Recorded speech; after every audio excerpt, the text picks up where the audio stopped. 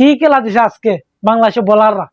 আহ এই উইকেটে আরো একটু আগে নিত ম্যাচটা জিততেও পারতাম, কিন্তু খেলা লাস্টের দিকে পুরো জমায় উড়াইছে, কারণ পুরো জমায় কি রয়ে গেছে। লাস্টে যে সময় উইকেট গেছে ফার্স্টটা 24 বলে লাগে 9 রান অস্ট্রেলিয়ার, সেই জায়গা শরীফুল আইয়া একবারে 2 উইকেট। এরপরে আবার মুস্তাফিজ ডট ডট দিতে এরপরে আবার আইয়া শরীফুল আরো 1 উইকেট, 3 উইকেট, মানে 8 উইকেট নাই। মুস্তাফিজে 49 নম্বর হবার আইসা কোহলির উইকেটটা লইয়া মানে 9 উইকেট নাই। লাস্টে ওভার 6 বলে লাগে 4 রান, কিন্তু 3 বল হাতে থাকতে অস্ট্রেলিয়া 1 উইকেটে ম্যাচ উইন। আর আজকে শরীফুল স্যালুট, কি বোলিং করছে মারাত্মক। আজকে 6 উইকেট নিছে, 6 উইকেট। সে বাবা যা 6 উইকেট নিছে, 10 ওভারে বল করি 47 রান দিছে, 6 উইকেট। অসাধারণ বোলিং করছে আজকে শরীফুলে। আর আজকের মেইন অস্ট্রেলিয়া জিতাইবার কারিগর সে একমাত্র কোহলি। সে একলাই 149 রান করে ফেলাই দিছে, 275 রান টার্গেটে একলাই 149 রান করছে।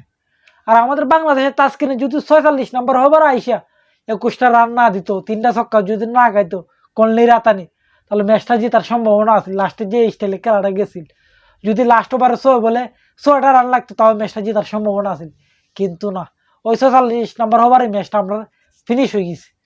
46 নম্বর ওভার লাস্টে ডেলোগা ম্যাজিক, ডেলোগা ম্যাজিক, এছাড়া কিচ্ছু না। এরপরে আজকের যে পিচ আছিল সেটা 300+ রান হওয়ার কথা আছিল বাংলাদেশের। যে পিচ আছিল মানে এটা উইকেট পিচ না, মানে উইকেটে যাইবার সম্ভাবনা নাই, ফ্ল্যাট পিচ, মানে রান আর রান। দেখো তুমি যে সময় অস্ট্রেলিয়া ফার্স্টে ব্যাটিং করলামে উদম মাইরি শুরু করছে জস ইংলিশ আর কোহলি, তারা 4 ওভারে নিয়ে গেছে 50 রান। সে বাবা জানি 4 ওভার 50 রান, টি20 রান নিয়ে গেছে। আর আমাদের বাংলাদেশের ওপেনিং লাইন ভাই প্রথম ওভারে উইকেট গেছে, এরপরে তোমার নাজমুল হাসান শান্ত 50 বলে 24টা রান করছে।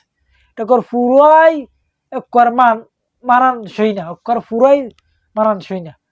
কি একটা অবস্থা, 50 বলে যে 40টা রান হইতো তাও 300 তাইতো, কিন্তু না, 50 বলে করছে 24টা রান।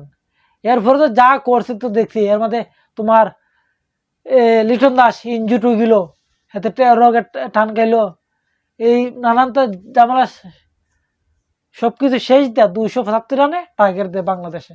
আর সেই রান ডিফেন্ড করতে বাংলাদেশ লাইমিয়া অস্ট্রেলিয়া ব্যাটিং যে সময় একের পর এক উদম মায়ের শুরু করে, শরীফুল আইনা ব্যাক থ্রু দেয় একবার 2 উইকেট নিয়ে। এরপর তার উইকেটের কোনো দেখাই নাই। এরপর তাস্কিনে নেই 1 উইকেট সৌম্য সরকার, অসাধারণ একটা ক্যাচ নেই, এক হাতে ক্যাচটা ধরে সৌম্য সরকারে।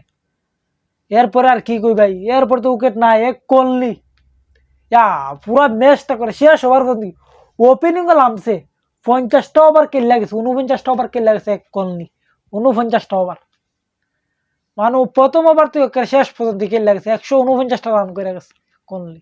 সেই একমাত্র ম্যাচটা জিতে গেছে অস্ট্রেলিয়ার।